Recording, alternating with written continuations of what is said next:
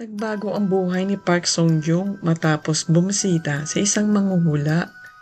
Kahit isa na siyang matagumpay na pharmacist, pagkatapos niyang graduate sa prestigyosong universidad sa Seoul, siya ay kumusulta pa din sa manghuhula tungkol sa kanyang trabaho. Magiging isang kilalang pharmacist, yan ang sabi ng manghuhula. Wala siyang ideya kung paano ito mangyayari. Pero kahit kailan hindi niya naisip na siya ay magiging sikat sa maling dahilan. Naging kilalang patient zero ang nakakahiyang bansag na uugnay sa isang taong super spreader ng sakit na herpes. Dahil sa hula, sinimula ni Park Sung-joong ang kanyang pangalawang YouTube channel noong summer ng 2018 na pinangalanan niyang Yakoto.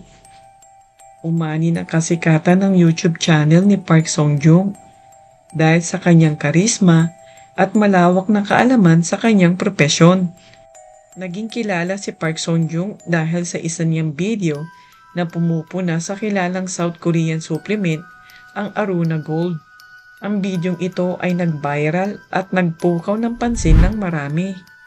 Ito rin ang video na nagpakita ng kahusay ni Park Sung-joong sa kanyang propesyon.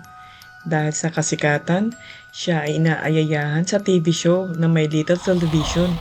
Dahil dito, mas lalo pang sumikat si Park Sung-joong.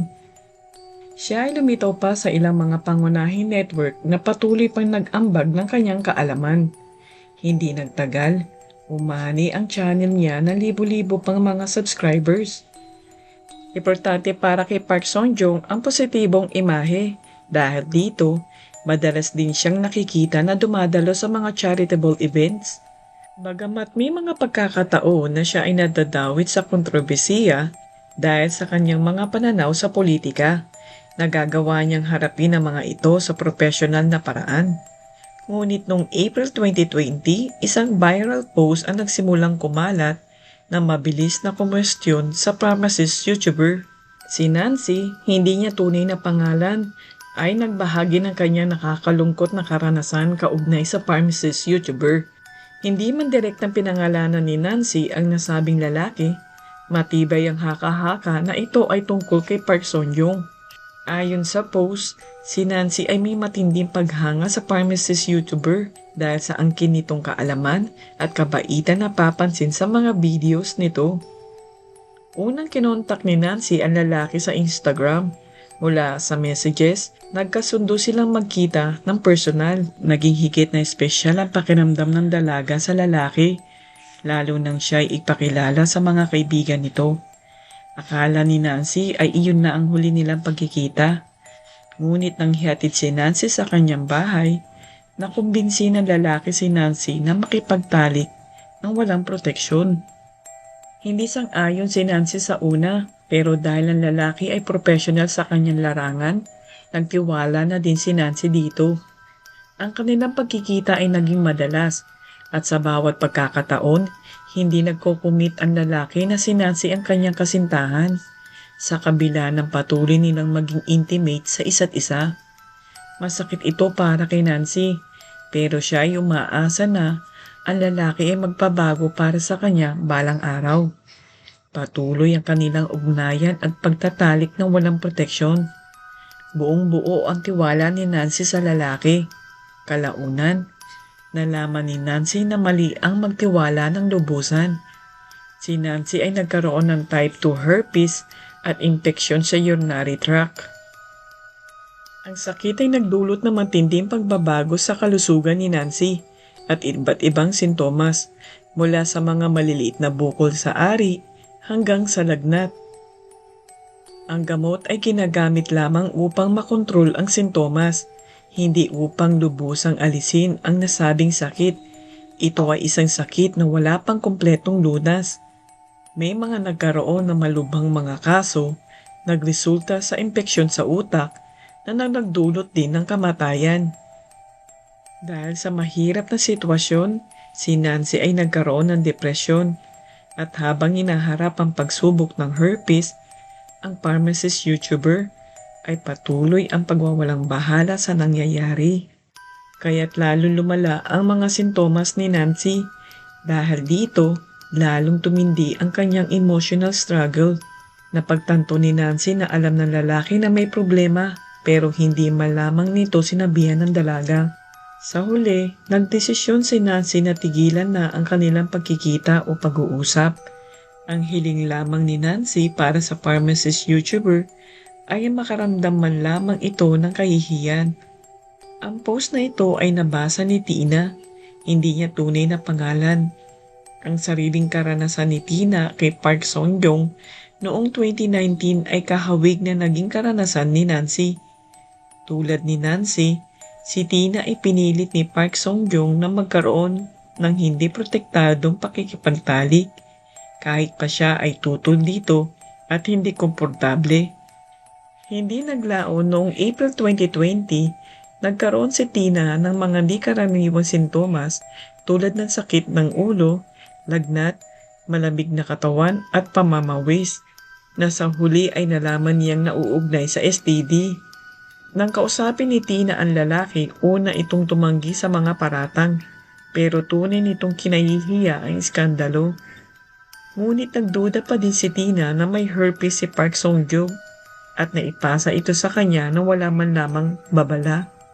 Nagpa-urine test ang lalaki at lumabas na negatibo siya sa parehong herpes type 1 at type 2. Mula noon nag-iba ang pakikitungo ni Park Song-joong kay Tina na nagdulot ng tensyon sa kanilang relasyon.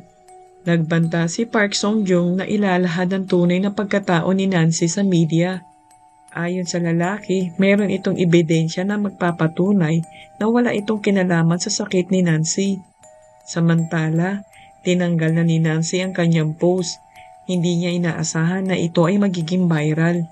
Ayon sa doktor ni Tina, ang urine test ay hindi 100% accurate para sa mga herpes, lalo na sa mga kalalakihan. Kinakailangan ng blood test para sa kasiguraduhan. Ang positibong test ni Tina para sa UTI bacteria at mga sintomas ay katulad ng kay Nancy.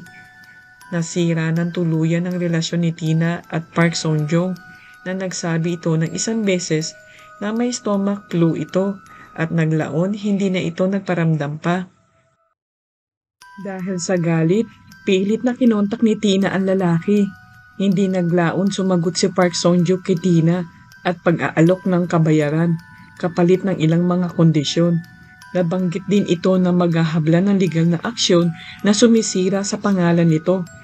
Ibinahagi din ni Tina ang kanyang kwento sa social media at tulad ng post ni Nancy, ito ay nag-viral. Nang nag-viral ang post ni Tina, naging private status sa mga video ni Park Song-joong. Ngunit patuloy ang active ang kanyang mga account. Ang mga nilantad ni Tina ay nagdulot ng isa pang biktima ng bahagi ng kanyang kwento. Ayon sa ilan, hindi nais ni Park Song-joong na magpa-blood test dahil merong kamahalan ang nasabing test. Ngunit kahit mayroong mga fans na nais bayaran ng blood test para sa lalaki, tumatanggi pa din ito.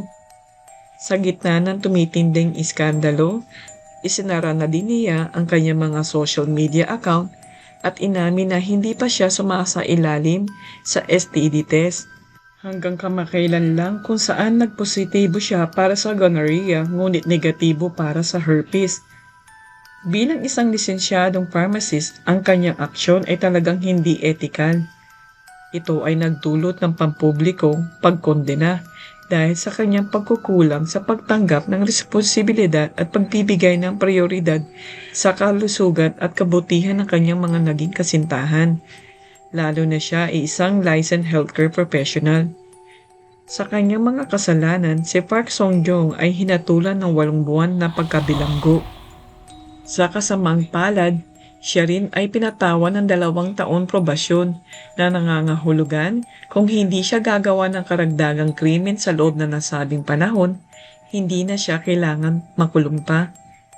Bukod dito, mapapanatili din niya ang kanyang lisensya sa pharmacist.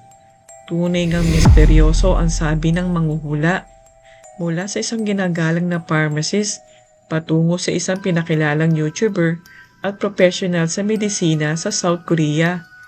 Maraming salamat sa panunood at pagsuporta sa aking YouTube channel. Huwag kalimutang mag-subscribe at i-click ang subscription button para lagi kayong ma-update sa mga bagong kwento